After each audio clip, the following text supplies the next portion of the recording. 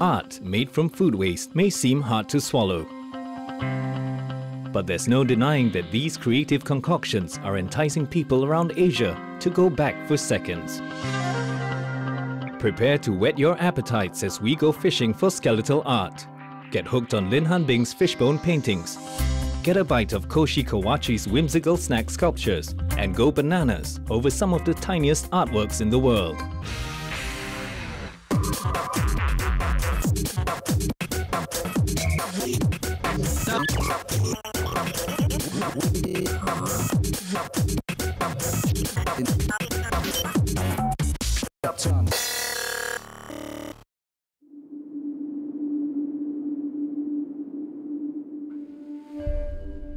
你一旦进入到鱼骨这个世界里面，你就发现太精彩，没有一条鱼的骨架是一模一样，哪怕是同类的鱼骨。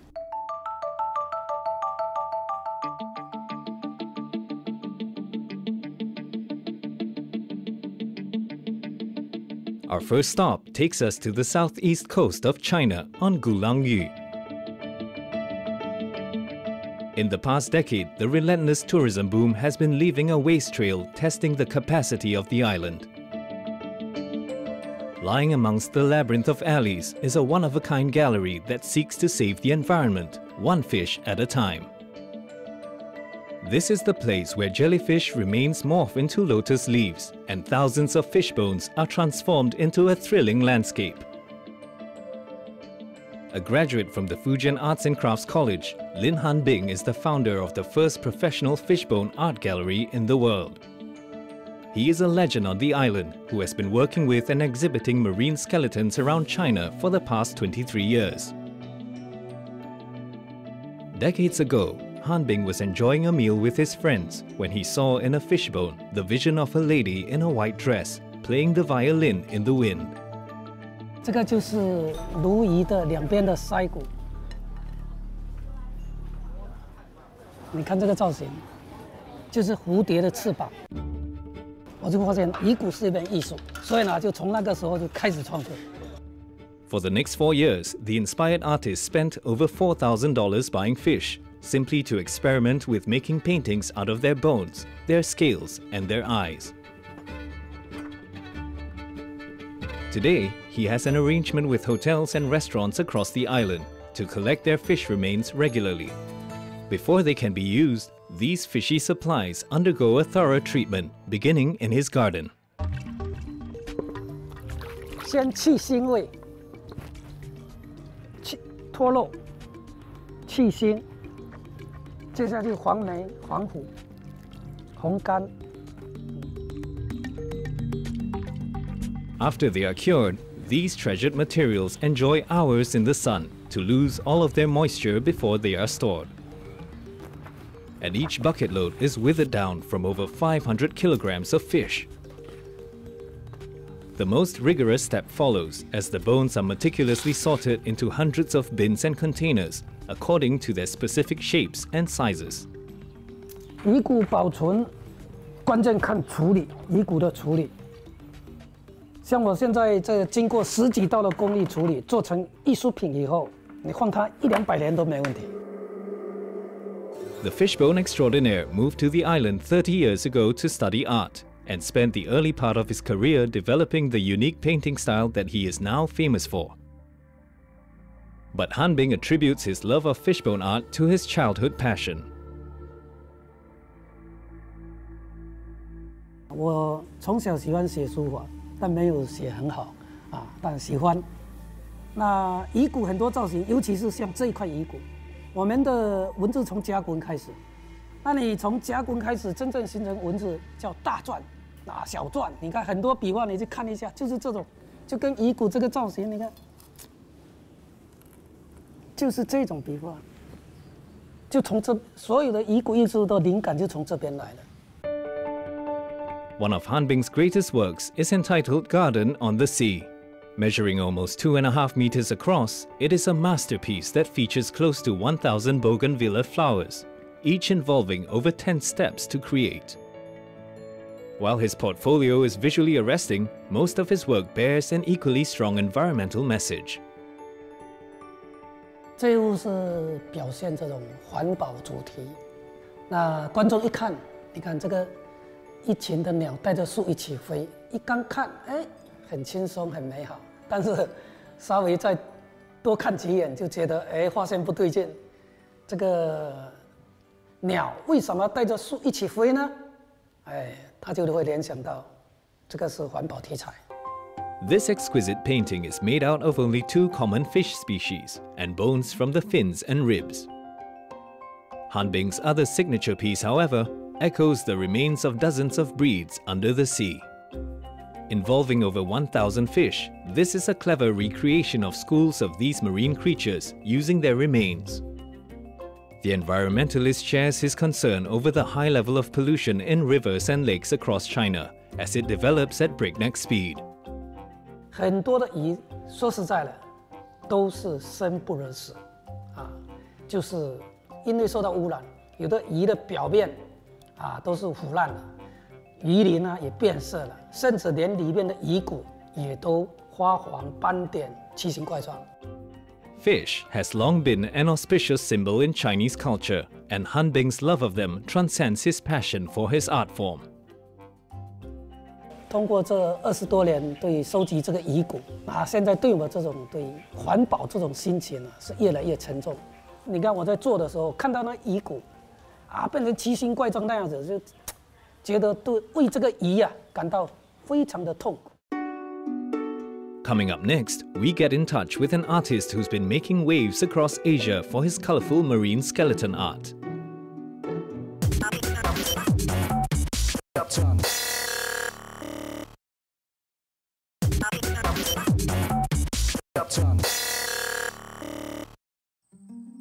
Since the launch of his New World Transparent Specimens series in 2008, Yori Tomita has been keeping art lovers from Shanghai to New York riveted with his growing collection of eye-catching creations.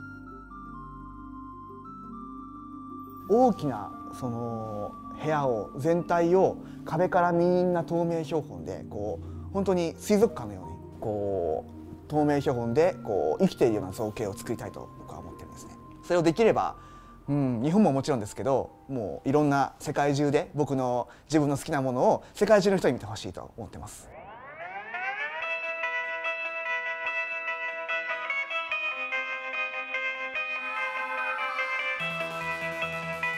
As one of the world's biggest economies, Japan also produces a staggering amount of waste a year, including over 23 million tons of food.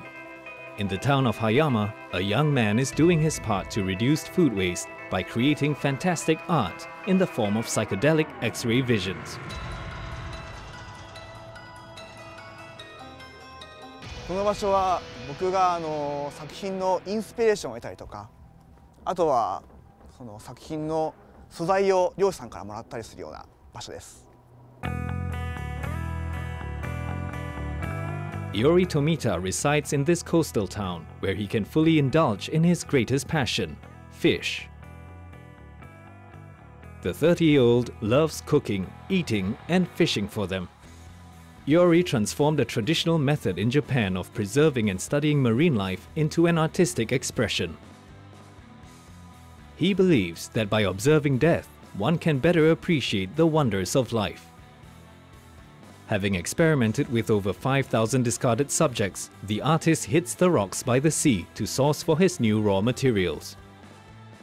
まずは大きさっていうのがすごく大事な部分ではあって、僕の作品は大きすぎる生き物というのはなかなか今はまた難しいので、少し小さめの作品生き物を選んだりとか、あとは漁師さんからもらう時も小さい生き物をもらったりとか、そういうあとは生き物にとっても見て分かるんですけど、油が多い少ないとかでそういうものでも選んだりもしますね。あとは何よりも生きがいいことですね。新鮮なフレッシュな生き物が一番です。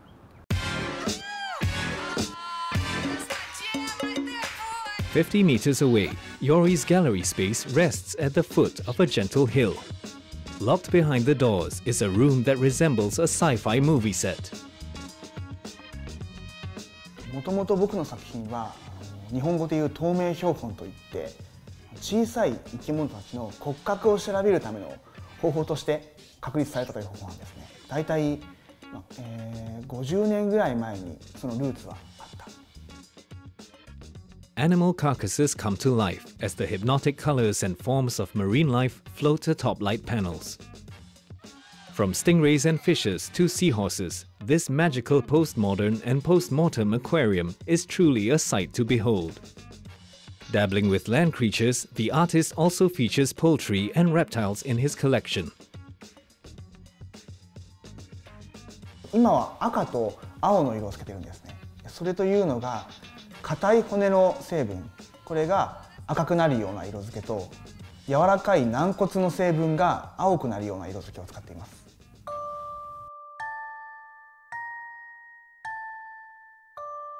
Taking over half a year to complete a regular-sized art piece, the entire process begins with sourcing for raw materials.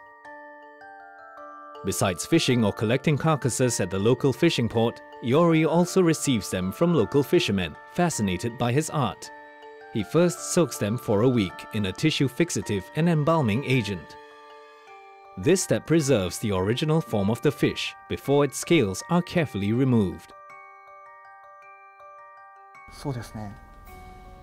このやっぱり鱗を取るというところが透明標本すごく繊細なので、あまり実は自分の手とかそういうもののショックを与えちゃいけない。ですけどこういう必要な部分は最低限こういう手をかけるっていうところが必要で、その駆け引きというかやってしまってはいけない部分と手をかけなきゃいけない部分っていうのの見極めがすごく難しい繊細なものです。あとはこの箸を使うという理由が意外と日本人の方も箸を使っていると驚かれるんですけれど、実はこの感触というのがすごく伝わってくる、魚の感触が伝わってくるので、より繊細に優しく扱うことができるんですね。Next, the fish is soaked in blue dye for a few days to stain its cartilage before its bones are dyed red in a separate jar. A bleaching solution and chemical mixture gradually clears its flesh until the fish appears transparent months later. 3つの大体要素があって、1つはこの液の濃さ、そしてあとは液の温度、あとはこのつける長さ、そういうものを魚の大きさとか、あとは種類ごとに少しずつ変えていく。そうすることによってそれぞれの生物で最適な色合いというものが出すことができます。A miscalculation can result in months of hard work, losing its form irreversibly. When the fish is finally clear, Yori painstakingly removes every last scale he might have missed previously under a light box. Every inch of every one of his artworks is handled with utmost care and precision. While his fascinating artwork has traveled to exhibitions abroad and is regularly displayed at Design Festa, one of Asia's biggest art events, Yori has grand plans to spread the love of his art. 僕の自分の思いというのが、やっぱり自分の作った作品をもう日本だけじゃなくて世界中の人に見てもらいたいとずっと思ってたんですね。でただどうしても僕の写真集とか作品っていうのはなかなか海外に持っていけなかった。でそこで悩んでたんですけれども、今 iPhone とか iPad とかそういうところのアプリケーションが出ていて、じゃあこれを使って自分の作品の世界観を世界中の人に見てもらおうと思ったのがきっかけです。Recycling marine carcasses and turning them into works of art, the artist wants to honor them in a form that gives them a second life. As an academic material, a piece of art, or even a philosophical food for thought, Yori is happy for his audience to appreciate them.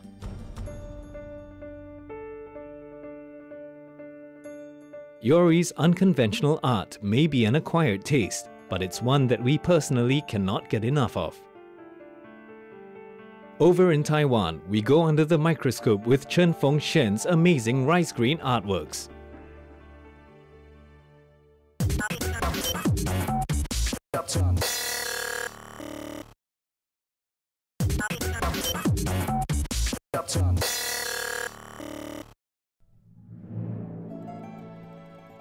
This is Taipei, the heart of Taiwan, where the amount of garbage per capita has reduced over the years. This is due to the recycling culture of its people, including an artist in the Xinjiang district. 太太跟我在吃饭的时候讲啊，你很喜欢做很小的东西啊，吃饭的米你拿去创作看看哦，给我一个考验。所以说吃饭的米我就拿来尝试着哦，结果真的可以在上面创作。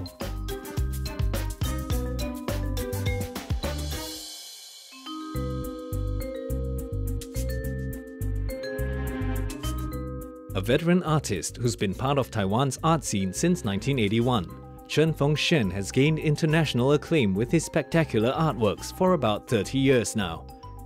Solid proof that bigger isn't necessarily better.陈逢显's art pieces are so small that when he tried applying for the title of the world's smallest bear with the Guinness World Records, it was rejected on the grounds that his artwork was too small. Nonetheless, this artisan holds 4 other titles for his micropenmanship. Here at the Miniature Art Museum, he displays some of the smallest pieces of artwork in the world. Back in the Sui and Tang dynasties, micro-carvings on handkerchiefs and papers were ways of cheating at imperial examinations. Today, a modern-day version with a Chinese character measuring a mere 0.3 millimeters is on show. 黄金呢，你要知道呢，它是一个可塑性很好的材质啊。那我们在这个做出那个茶壶，然后呢，里面还可以装水。玉呢，你要雕得很小呢，固定它很困难啊，还有要镂空它也是一个技术。这个作品呢，从设计到完成花了将近3个月的时间。For years, Fengxian worked at Taiwan's central engraving and printing plant, engraving steel plates for printing bills. His prized artworks, however, involved mostly recycled raw materials that range from olive pits and paper clips to ants and even human hair. 因为这一些东西都是生活周遭很随便拿得到的材质，它不一定是很高价值的，或是很昂贵的。这筷子看起来就是不值钱的东西啊，大家随便都丢掉了。但是我赋予它艺术，我把它做得很美啊，让它变成一种有生命的感觉。Dubbed the founder of miniature art in Taiwan, Fengxian's artwork has long gained public recognition. After all, the skill behind his prized creations is truly impressive. 这个牙线呢，你要做它的时候要固定好它。然后呢，因为它表面是属于纤维状的啊，我们要轻轻的涂抹上一层那个透明胶上去，然后呢，用那个毛笔跟墨呢，就可以在上面写出你想要的所谓的文字啊，或是图案这样子。An entire range of magnifying glasses, brushes, and tools fill his work desk. 像我们看到的，这个就是属于画画跟写字的工具。这种针呢，可以刻很小的字出来，还有刻很小的图案啊，所以说这个针呢会有不同的角度。这种刀子呢，是属于刻比较深的时候呢，可以应用得到的。With no predecessors to learn from, Fengxian honed his skills in over a decade. He developed an impeccable level of concentration and patience, along with breathing techniques to aid his work. The 58-year-old's eyesight has never been better. 是遗传的，还有本身喜欢运动，练气功，对身体会很好的。Finding beauty in items that are often overlooked and turning them into incredible works of art, perhaps Fengxian has discovered the elixir of life. Meanwhile, Koshi Kawachi shows us that snacks aren't just for eating. They make great art too. あとその表現としてそのなんですかね、タメ口の表現というか、その木とか石とかそういうのとは違う、そのスナックならではのなんかフレンドリーなそんな印象が作品としてその見えるから、その面白いかなと。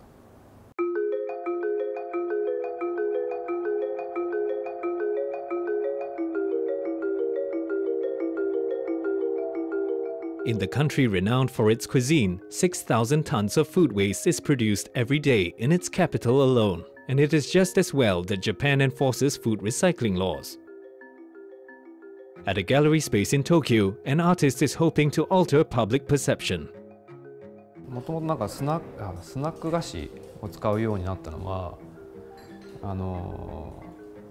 そのスナック菓子って普段食べてるもので、なんかその美味しくて、でもなんか脆くて儚くてっていうイメージがすごい現代的、現時代的と言ったらいいかもしれないですけど、それがあって素材として面白いなと思いました。Koshi Kawachi is no ordinary snack lover. The former illustrator has exhibited his edible works of art across the Asia-Pacific. Subtle and deceptively simple, his artworks reflect contemporary Japanese life in delicious fashion. これはポテトチップスのその青のり、のり塩味っていうのがあって、でそれの青のりを1枚についてる青のりを1箇所に集めてます。そういう作品です。His signature dish of art is named 107 Tasty Buddhas. Inspired by Buddhism's belief in 108 human desires, the sculpture comprises of intricately carved Buddha imageries on 107 pieces of Japan's favorite snack. 彫り方はその味、その時感じたもの、感じでその表現しています。Bit by bit, the 40-year-old believes that the Buddha is hidden in each snack, waiting to be carved out. At the end of the demonstration, Koshi reveals what happens to the snack representing the 108th desire. Even now, food art may still be considered something of a novelty. But with such heartfelt emotion going into the creation of many masterpieces we've just seen, it's only a matter of time before it becomes a recipe for artistic and environmental success.